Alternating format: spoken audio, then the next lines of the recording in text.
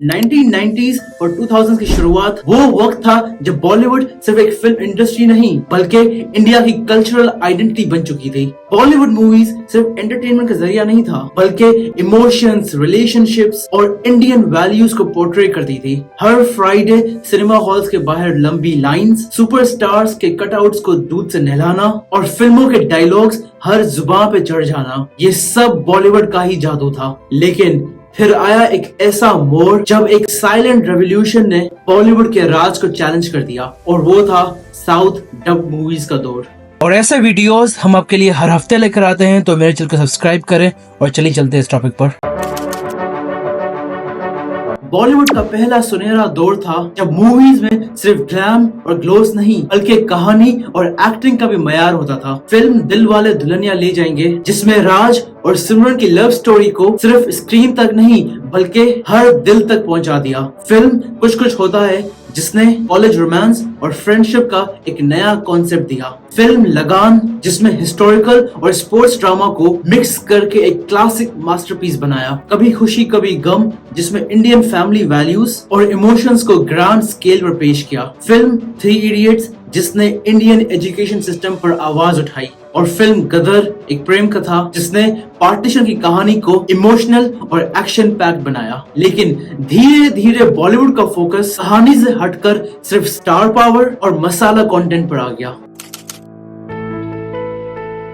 जैसे जैसे बॉलीवुड का ओरिजिनल कॉन्सेप्ट खत्म होता गया, वैसे वैसे रीमेक्स का दौर शुरू हो गया। फिल्म जुड़वा 2 जो 2017 में आई थी और फिल्म कूली नंबर 1 जो 2020 में आई थी, दोनों रीमेक्स ऑडियंस को बिल्कुल पसंद नहीं आए। लक्ष्मी 2020 की एक हॉरर कॉमेडी मूवी जो तमिल फिल्म कंचना का रीमेक था, बॉक्स ऑफिस पर फ्लॉप हो गई। स्टूडेंट ऑफ द ईयर 2 और खाली पीली जैसी मूवीज सिर्फ स्टार किड्स को लॉन्च करने का जरिया बन गई थी। कंटेंट और परफॉर्मेंस से ज्यादा फैशन और ग्लैमर पर फोकस था। हाउसफुल और गोलमाल जैसी फ्रेंचाइजेस माइंडलेस कॉमेडी और नो स्टोरी लाइन की वजह से सिर्फ वन टाइम वॉच बनी। रेस 3 जो 2018 में आई थी, उसमें क्रिंज डायलॉग्स और ओवर एक्टिंग ने ऑडियंसेस को डिसअपॉइंट किया। ये वो वक्त था जब बॉलीवुड सिर्फ फॉर्मूला बेस्ड स्क्रिप्ट्स, रीमेक्स और बस स्टार पावर पर डिपेंड हो गया था।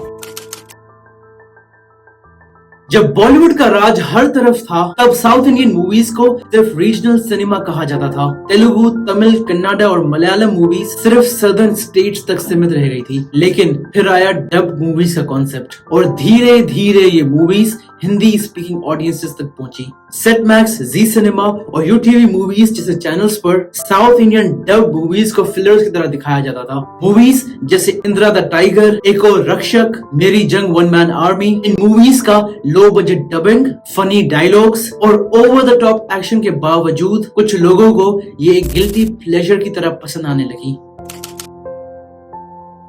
साउथ इंडियन मूवीज का पहला इंप्रेशन मास ऑडियंसेस पर ज्यादा अच्छा नहीं था। स्लो मोशन में हीरो का 100 लोगों को एक मुक्के से गिरा देना, विलन का हवा में 5 चक्कर खाकर गिरना, हीरोइन का सिर्फ गाने और नाच तक महदूद रहना, ये सब देखकर लोग इसे सिर्फ एक क्रिंज कंटेंट मानते थे। बॉलीवुड की क्लासी रोमांस और हाई बजट प्रोडक्शंस के सामने साउथ मूवीज सिर्फ बी ग्रेड सिनेमा लगती थी। लेकिन असली गेम तो अब बदलने वाला था। मणिरत्न की रोजा मूवी जो 1992 में आई थी, उस मूवी ने पहली बार हिंदी ऑडियंस का दिल जीता। बॉम्बे और हिंदुस्तानी जैसी मूवीज ने भी अपना जादू चलाया। 1990s और 2000s के बीच सन टीवी नेटवर्क और उदया टीवी जैसे चैनल्स साउथ मूवीज को हिंदी में डब करके पेश करना शुरू किया। ये एक मास्टर स्ट्रोक था, क्योंकि अब वो ऑडियंस जो साउथ इंडियन लैंग्वेजेस नहीं समझती थी, वो भी इन मूवीज को एंजॉय करने लगी। लेकिन अब भी ये मूवीज सिर्फ टीवी तक ही महदूद रही। फिल्मों को बॉक्स ऑफिस सक्सेस मिलना अभी दूर की बात थी।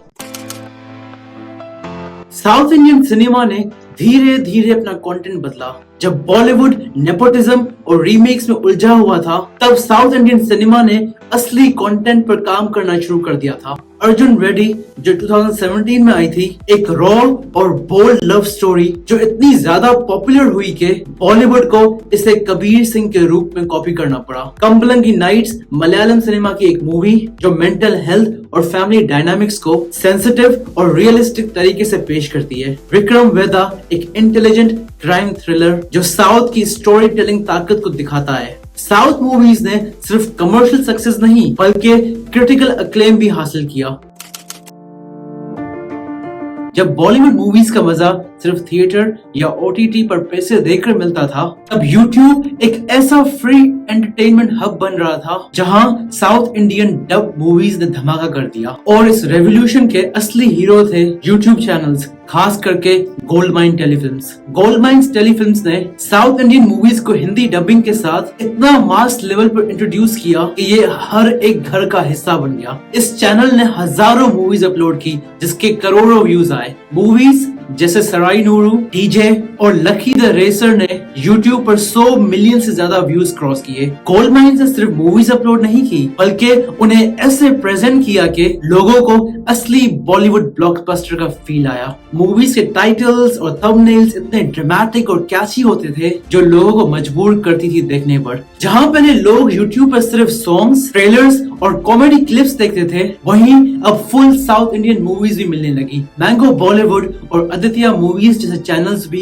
इस रेस में शामिल हो गए। हर हफ्ते एक नई मूवी और वो भी बिल्कुल फ्री। बॉलीवुड के मसालेदार मूवीज के फैंस को साउथ की मूवीज का एक्शन और स्टोरी एक रिफ्रेशिंग चेंज लगा। फनी डायलॉग्स, मासी पंच लाइन्स और हिंदी में रिलेटेबल रेफरेंसेस इन मूवीज को और ज्यादा एंगेजिंग बना दिया। अल्लू अर्जुन, रामचरण और रवि तेजा जैसे हीरोज को उनकी ओरिजिनल ऑडियंस से ज्यादा रिकग्निशन हिंदी ऑडियंस से मिलने लगी। एक वक्त ऐसा आया जब लोग इन हीरोज को बॉलीवुड के सुपरस्टार्स से ज्यादा पसंद करने लगे। जब बॉलीवुड मूवीज की पायरेसी बढ़ती जा रही थी और ओटीटी प्लेटफॉर्म सबको एक्सेसिबल नहीं थे, तब यूट्यूब पर साउथ मूवीज ने हर किस्म की ऑडियंस को एंटरटेन किया। स्टूडेंट्स, घर पर बैठने वाले लोग या वो लोग जो मल्टीप्लेक्स टिकट्स अफोर्ड नहीं कर सकते थे, सब के लिए ये एक ब्लेसिंग बन गई। साउथ की मूवीज ने मोबाइल डेटा रेवोल्यूशन का पूरा फायदा उठाया। जहां सबके पास स्मार्टफोन्स और चीप इंटरनेट आया, वहीं इन मूवीज ने मास रीच हासिल की। जहां बॉलीवुड मूवीज में अर्बन रोमांस, क्लासी लुक्स और ग्लोसी सेट्स दिखाए जा रहे थे, वहीं साउथ मूवीज एक रॉ और रूटेड फील दे रही थी। साउथ सिनेमा ने ओवर द टॉप एक्शन को एक नए लेवल पर ले आया। रवि तेजा, नंदामूरी बालकृष्ण और अल्लू अर्जुन की मूवीज एकदम से पॉपुलर होने लगी। आर्या, गीता गोविंदम और कंचना जैसे प्रोजेक्ट्स कॉमेडी और इमोशंस का बैलेंस बन गए। यूट्यूब पर हर दूसरे तीसरे दिन नई मूवीज अपलोड होने लगी और ऑडियंस उसे एक टीवी सीरियल की तरह बिंज वॉच करने लगे। जब कोविड-19 की वजह से थिएटर्स बंद होने लगे, तब ये साउथ इंडियन मूवीज देखने का रिवाज और ज्यादा बढ़ गया। सबटाइटल्स और डबिंग इंडस्ट्री ने साउथ मूवीज को एक ग्लोबल लेवल पर इंट्रोड्यूस किया और बॉलीवुड बस अपने स्टार किड्स और रीमेक्स में ही अटका रहा। बॉलीवुड ने जब देखा कि साउथ की मूवीज पॉपुलर हो रही हैं, तो उसने भी साउथ मूवीज का रीमेक्स बनाना शुरू कर दिया। लेकिन मसला यह था कि जो साउथ का जादू था वो बॉलीवुड कॉपी नहीं कर सका और इसी वजह से कई फिल्म्स जो बॉलीवुड ने साउथ से कॉपी की थी वो फ्लॉप हो गई। जैसे कि शाहिद कपूर की मूवी जर्सी जो नानी की जर्सी की कॉपी है, कार्तिक आर्यन की मूवी शहजादा जो अल्लू अर्जुन की मूवी की कॉपी है, सैफ अली खान और ऋतिक रोशन की विक्रम वेदा जो कॉपी है आर माधवन और विजय सेतुपति की विक्रम वेदा मूवी। ये सारी मूवीज बॉक्स ऑफिस पर फ्लॉप रही। बॉलीवुड की मूवीज सिर्फ आइटम सॉन्ग्स, ग्लैमर और स्टार पावर पर टिकी हुई थी, जबकि साउथ मूवीज में स्ट्रॉन्ग स्टोरी टेलिंग थी। ऑडियंस अब बोर हो चुकी थी, उन्हें नई और फ्रेश कहानियां चाहिए थी और वो सिर्फ साउथ सिनेमा दे रहा था। बाहुबली के दोनों parts, the beginning and the conclusion ने बॉलीवुड को हिलाकर रख दिया। एक ऐसी एपिक स्टोरी और विजुअल्स जो आज तक सिर्फ हॉलीवुड मूवीज में देखने को मिले। और सबसे बड़ा सवाल, कटप्पा ने बाहुबली को क्यों मारा, हर जगह छा गया। फिर 2021 में अल्लू अर्जुन की पुष्पा द राइज जिसने हर लेवल पर धमाका किया। उसका डायलॉग मैं झुकेगा नहीं सिर्फ एक डायलॉग नहीं बल्कि एक एटीट्यूड बन गया। यश की KGF सीरीज ने बॉलीवुड के बिग बजट और सुपरस्टार मूवीज को बॉक्स ऑफिस पर पीछे छोड़ दिया। साउथ मूवीज के हीरोज मास अपील के साथ हर क्लास और हर एज ग्रुप को पसंद आए। जब ऑडियंस को साउथ मूवीज पसंद आना शुरू हुई तो यूट्यूबर्स ने इसे और ज्यादा हाइप दिया। रिव्यू चैनल्स जैसे ट्राइड एंड रिफ्यूज प्रोडक्शंस, फिल्मी इंडियन और प्रतीक बुरादे ने साउथ मूवीज की ऑनेस्ट रिव्यूज और एक्सप्लेनेटरी वीडियोस बनाए। रिएक्शन चैनल्स ने पुष्पा, KGF और RRR के सीन्स और सॉन्ग्स पर रिएक्शंस दिए और इन मूवीज का जादू और बढ़ गया। YouTube शॉर्ट्स और Instagram रील्स पर साउथ मूवीज के डायलॉग्स और सीन्स वायरल होने लगे। एक नई जेनरेशन ने साउथ मूवीज को ट्रेंडी और कूल बना दिया। अब सवाल ये है कि क्या बॉलीवुड वापस ऊपर जाएगा? कुछ रीसेंट मूवीज जैसे गदर 2, पठान और जवान ने अच्छा परफॉर्म किया है, लेकिन ये सिर्फ एक्सेप्शंस है, रूल नहीं। बॉलीवुड को अब सिर्फ रीमेक्स और नेपोटिज्म से निकलकर ओरिजिनल स्टोरी टेलिंग पर फोकस करना होगा। ऑडियंस ने अपनी पसंद बदल दी है और बॉलीवुड को उस पसंद को मीट करना पड़ेगा।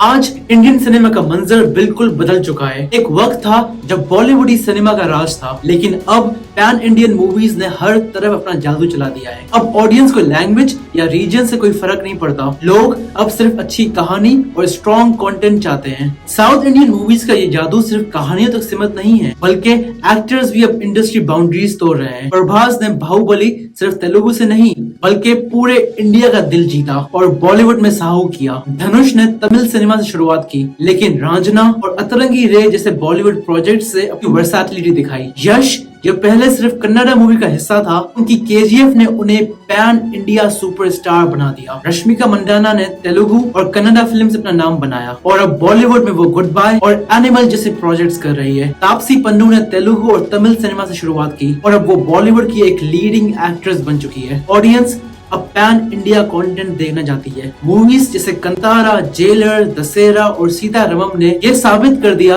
कि ऑडियंस ओरिजिनलिटी और कल्चरल रिचनेस को पसंद करती है। आज हर तरफ एक सिनेमैटिक एवोल्यूशन चल रहा है, जहां लोग हिंदी, तेलुगु, तमिल, कन्नड़ा और मलयालम मूवीज को बराबर से एंजॉय कर रहे हैं। साउथ इंडियन मूवीज ने बॉलीवुड को यह सबक सिखा दिया है कि अच्छी कहानियां किसी जुबान या शहर की मोहताज नहीं होती और आज इंडियन सिनेमा सच में आज ग्लोबल लेवल पर शाइन कर रहा है।